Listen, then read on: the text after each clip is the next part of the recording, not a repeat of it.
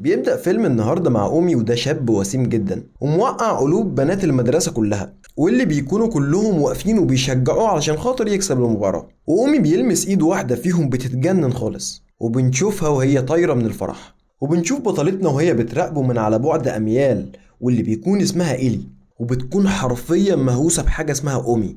ومن كتر الهبل بتاع الهوس اللي هي فيه عملت اكاونت فيك بتحكي فيه تخيلاتها مع أومي اللي هي اصلا ما حصلتش. وبتسمع اصوات بنات عالية جدا جاية عليها، فبتتلخبط وبتطلع تقف تبص عليه، وبتديله بنت بسكوت وهي عاملاه ليه بايديها مخصوص. وفعلا بياخدوا منها، وبياخد من بطلتنا ورقة من اللي كانت بتوزعها. وطبعا هي ما بتكونش مستوعبة ان هو فعلا واقف قدامها دلوقتي، لدرجة ان هو بيمشي وهي لسه فاتحة بقها. وبتنزل تويتة كمان عن حبها ليه وانهم كانوا سوا النهارده. وبتفضل تبص على الكابلز وهي بتتحسر على حالها، وبتقول هل انا فعلا هيجي اليوم وهرتبط بشاب وسيم؟ وبتسمع صوت وبتروح، وبتلاقي أومي قاعد في الأوضة. وبنشوف البسكوت ان البنت اللي هي كانت لسه عاملاهوله وهو بيرميه، وما قدرش حتى تعب البنت ديت لان هي واقفه عاملاهوله مخصوص. وصاحبتنا كانت في عز صدمتها، ومن كتر صدمتها سندت على الباب والباب وقع. وراحت صاحبتنا بتطمن على الباب، وطبعا صاحبنا بيبص ليها، وفضلت تستوعب الموقف اللي هي فيه. وبتطلع بره وهي بتصوت، وبيشوف التليفون بتاعها وبيلاقيها انها بنت وحيدة وملهاش صحاب، وبتكون في الفصل وبيدخل عليها أومي. وطبعا هي اول ما بتشوفه بتعلق وتحس ان هي ملبوسة، وبيوري لها تليفونها وهي طبعا ما بتصدق لما بتعرف ان هو عرف كل حاجة عن اللي هي عاملاه في الاكاونت المزيف. وبيقرا الكلام اللي هي كاتباه وهي واقفة عمالة بتتأسف وبس. وبيقول لها يا ستي انا مش عايز ابوظ حلم بنت زيك، ولو انت فتحتيني وقلتي ان انا رميت البسكوت هخلي الخيال بتاعك دوت حقيقة. وبيقرب منها بس هي بتخاف. وبيظهر هنا قد ايه ان هو شاب مغرور، انا اصلا مش مرتاح له ومش زي ما هي فاكره. وهي بتبص على عينيه وبتشوف انعكاسات في عينيه، وبتقلب على بوز البطه. وطبعا هو بيستغرب من اللي هي بتعمله، صراحه ليه حق يعني، انا ذات نفسي استغربت. وبتقول ان هي تخيلت الموضوع قبل كده يعني. وبيفضل يضحك عليها وقال لها يلا عايزه حاجه، وبيمشي. لكن بيأكد عليها اللي شافته الصبح دوت يفضل سر بينهم. وطبعا انا معرفش هي بتعمل ليه كده، بس هي مبسوطه. وبعد كل الكلام اللي حصل دوت لسه برضه بتنشر قصص وهميه من دماغها. وهنا بنشوف واحد رادد عليها في الكومنتات، وفجأة بتخبط في بنت. وبنشوف مع البنت الهدوم بتاعت أومي، وبتروح لأومي علشان خاطر تقوله إن في بنت سرقت التيشيرت بتاعك. فبيقول لها أيوة إيه اللي حصل يعني. فهي بتقول له مش المفروض اللي أنت تاخد التيشيرت منها؟ فبيقول لها وبعدين. وبتقول له لا أنت مش متخيل كمية الحاجات اللي في بنت تعملها بالتيشيرت بتاعك، ممكن تعمل لك عليه عمل.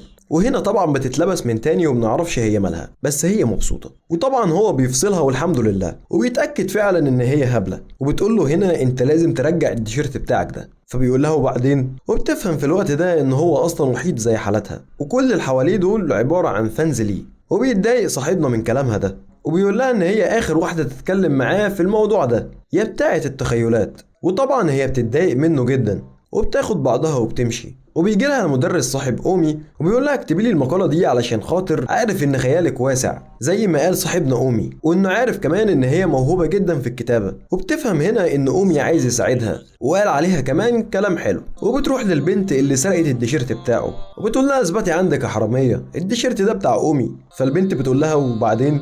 وبيجي أومي في الوقت ده وبيسمع هي بتقول ايه، وبتقول للبنت ان هي مش شجاعة بما فيه الكفاية علشان خاطر تصارحه، وتقول له ان هي بتحبه وانها مكتفية بتخيلاتها معاه بس، لكنها في الحقيقة عايزة تاخد التيشيرت بتاعه علشان خاطر تعمل فيه اللي هي عايزاه. وطبعا صاحبنا بيكون سامع كل حاجة. فالبنت بتقول لها وبعدين. فهنا بتستوعب ان هي عكت الدنيا، وبتفضل ماشية ورا البنت لحد ما هنا بتتكعبل وبتقع. لكن بقى نتفاجئ اللي بيلحقها هو أومي، وطبعا هي بتتخض بس بتكون مبسوطة يعني. وبتيجي البنت وبتقول له يبعد عنها، وبتكون اصلا هي البنت الوحيدة اللي مش بتطيق أومي. وبتديله هنا التيشيرت بتاعه، وبتقول له ان هي اخذت التيشيرت بتاعه علشان خاطر جسمه المثالي، وان هي كانت عايزة تاخد المقاس بتاعه بس علشان خاطر تعمل عليها هدوم. وهنا بيتصدموا هما الاتنين. وهنا البت بتاخد صاحبتنا وتوريها لوحة لراجل شكله غريب كده شوية، وبتقول لها ان هي بتحب الراجل ده جدا، وان هو ده الشخص اللي هي بتعمل له التيشيرتات. وطبعا بتتخيله في دماغها وهو بيلبس التيشيرتات ديت. وبكده بنتاكد ان في معانا بنتين هبل مش واحده وبس. وهنا أومي بيكون واقف وراهم وبيروحوا هما الاتنين سوا، وبتقول له ان هي عارفه ان هو مش قلبه بارد زي ما هو مصدر لها. وبيقول لها بما انك جبت التيشيرت بتاعي فليكي عندي مكافاه حلوه،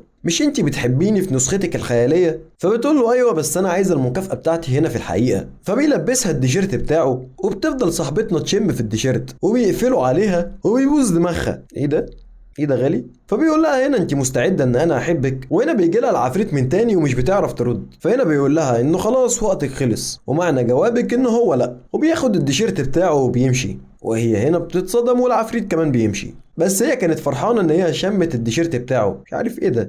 وتاني يوم بتفضل تفكر وبتقول يا ترى هو بيختبرني ولا هو فعلا بيتكلم بجد. وبتكون البنت اللي كانت متعرفة عليها امبارح كانت معاها واسمها سارة، وكان معاها صديق طفولتها. بتقول لها سارة ان هو اكيد بيلعب بمشاعرها يعني، لكن الولد اللي مع سارة بيقول لها لا، وان مفيش راجل بيلعب بمشاعر بنت. وطبعا هي بتسرح بخيالها. وهنا بيظهر اومي وبيشدها من هدومها وبيقول لها وبيسالها لو عايزه تروح معاه البيت النهارده، وبيقول لها الجواب بسرعه يا اما اسيبك وهمشي. فهنا البت بتطلع محترمه وبتقول له ان هي مش هتبقى فاضيه النهارده، فبيسيبها وبيمشي. وبتفضل بقى صاحبتنا تفكر في كلامه وبتسرح بخيالها خالص في وسط المدرسه. وبيجي لها واحد وبيسالها لو هي فاضيه، فبتقول له اه. فبيقول لها طب خلاص اعملي بقى انت الشغل، وبيمشي. وبتسمع وهي قاعده معاه ان هو هيلعب في بطوله التنس الجايه، وما بتفكرش في اي حاجه غير ان هي عايزه تشوفه وهو بيلعب. وبيكون هو واقف وراها وملاحظ انها بتزيد هبل كل يوم عن الاول. وبتقول له وبعدين. وهنا صاحبتنا بتلعب تنس وبتكون محترفه جدا وبتكسب الخصم بتاعها بكل سهوله. وبيشوفها نفس الولد اللي خلاها تشتغل مكانه وبيكون اسمه كانامي، وبيقول لها انت شكلك كده زيي، ما بتعرفيش تكوني صداقات وبتكوني دايما لوحدك. وبيكون اومي قاعد وبيسمع كلام وحش عنه وبيقرر ان هو ما يلعبش الماتش ده. وبتكون هي قاعده ومستنياه وعامله له في التيشيرت بتاعه حاجات مخصوصه ليه، لكنها بتتفاجئ ان البنات بتقول ان هو مصاب. فبتروح عليه بسرعه علشان خاطر تشوف هو ماله. فبتلاقي نايم، فبتغطيه بالتيشيرت اللي هي عاملاه له. لكن وهي ماشيه بتخبط في حاجه بتقع على الارض وبيصحى اومي. فهنا بتساله اذا كان كويس ولا لا، لان هي سمعت ان هو مصاب. فبيقول لها لا انا مش مصاب ولا حاجه، ولكن انا عملت كده عشان خاطر ما العبش الماتش. فبتقول له ان البنات اللي بره قلقانين عليه جدا. فبيقول لها سيبك منهم، هم بس بيشجعوا اي ولد بيكون شكله حلو. فبيقول لها تسيبه هي كمان وتطلع بره. وبتشوف التيشيرت اللي هي كانت جايبه له وهو واقع على الارض وان هو ما قدرش تعبها حتى. فبتشتمه وبتمشي. وبيشوف هو اللي هي كانت بتعمله له وبيتضايق جدا ان هو زعلها. وبتفضل هي تفكر فيه وبتكون مش عارفه تلعب خالص لحد ما هو بيجي وبيكون كمان بيشجعها. وطبعا هي بتتبسط. وبعد ما بتكسب بتكتشف ان هي ليها فانز. وبعدها بتقابله وبتفضل تعتذر ليه لانها شتمته. وبتقول له ان هي عرفت ان هو مش هيلعب المباراه الاخيره بتاعت التنس، بس هو لازم يلعبها لان هي شافته اكتر من مره وهو بيتمرن وعارفه ان هو تعب علشان خاطر الموضوع ده، فلازم ما يضيعش تعبه دوت على الفاضي. وبتقول له ان هي هتقف جنبه وهتساعده. وهو بيحضنها بكل سذاجه لكنها ما بتستحملش ان هو بيكون قريب منها جامد وبتطلع تجري. ولسه هيكلمها بيسمع حد جاي، فبيستخبوا هما الاتنين وبيصارحها وهم مستخبيين ان هو معجب بيها. وهنا بيكون قاعد مع معجبينه وبيديلها غمزه كده، يعني ليه بتعمل كده؟ وهنا بتتخيل ان المدرسه كلها بتحييها لان هي وقعت اجمل شاب في المدرسه، بس طبعا هنا كان خيال. وبتمشي وهي وشها في الارض من كميه الاحراج. وبيقعد مع امي الولد صاحب ساره وبيقول له لو بتحبها ما تسيبهاش لوحدها. لا تصدق حلوه. وبتشوفه وهي البنات متجمعه حواليه، بس اول لما بيشوفها بيسيبهم وبيمشي معاها. وبيسالها لو هي فاضيه النهارده لان ابوه وامه مش في البيت. وفعلا هي بتروح وبتكون مش مصدقه نفسها اللي هي في اوضه حبيبها. وبيدخل عليها وبيسالها لو هي بتحب اللبن والموز، وتقول له اي حاجه اهم حاجه اسمع صوت الخلاط. وهنا بيحط ايده على رقبتها وبيقول لها تغمض عينيها، بس هي هنا بتخاف فبيقوم. وبعدها هي بتقوم وراه وبتمسكه وبتغمض عينيها وبتدي له واحده كده. ايه ده انا كنت هجري المشي ماشي. وبتدي له واحده كده في رقبته وبتاخد بالها من اللي هي عملته وبتجري. فهنا هو بيرجع لها وبيبوسها من نفس المكان وبيقول لها كده احنا خالصين. وهي طبعا بتكون مبسوطه جدا. وبتلاقي رساله من الشخص اللي بيعلق لها على طول من حسابها الوهمي وترد عليه وهي ماشيه ولكن بتقع. وبيقومها هنا كانامي، ولما بيطمن عليها بتبعده عنها. فبيقول لها هنا مفيش فايده وبيقول لها ان هو مش هيكون صداقات ابدا. فبتقول له احيانا الانسان بيكون ناقصه حاجات كتير وبيجي شخص وبيكملها له. وبتنده عليها ساره وبيفتح كانامي تليفونه وبنعرف ان هو نفس الشخص اللي بيعلق لها على طول. واول لما بيرد عليها بيسمع الاشعار من تليفونها واللي بيكون واقع قدام شويه وبيعرف ان هي الحساب الوهمي ده. وفي الفصل بيرشحوها كل اللي موجودين علشان تقوم بتمثيل الفصل وتكون وبتكون واحدة من المسؤولين لتنظيم الحفل الثقافي، ودي أول مرة حد يشوفها ويعتمد عليها كمان. وهنا أومي بيقول لها يعني أنت هتنظمي الحفل الثقافي؟ فبتقول له إن الكل هنا معتمد عليها. فيقول لها طيب بعد ما تخلصي اقعدي معايا كده شوية علشان أنت وحشتيني. وهنا طبعا بتتنح من الفرح. وهنا بيقابلها كنامي ويقول لها إن هو عارف اللي عملته كله، وإن هو عارف إن هي كمان الأكاونت المزيف، وبيعرفها كمان إن هو اللي كان بيرد عليها على طول. وبتخاف جدا وبيشوف أومي الموضوع ده، وبيقول لها كنامي إن هو مش هيقول لحد لو هي وافقت إن هم يكونوا أصدقاء. وبيوصل أومي في الوقت ده وبياخدها معاه، وهي بتقول له على كل حاجة، لكن هو بيقول لها سيبك منه. لكن هي بتقول له إن هو صعبان عليها لأن هو ما عندوش أصدقاء. فبيغير الموضوع أومي بيقول لها إن هو هيشارك في بطولة التنس. فهنا بتتبسط له جدا وبتقول له إن هي هتيجي تشجعه كمان. وبيقول لها هنا وأنا أكسب علشانك، وبيحط إيده عليها.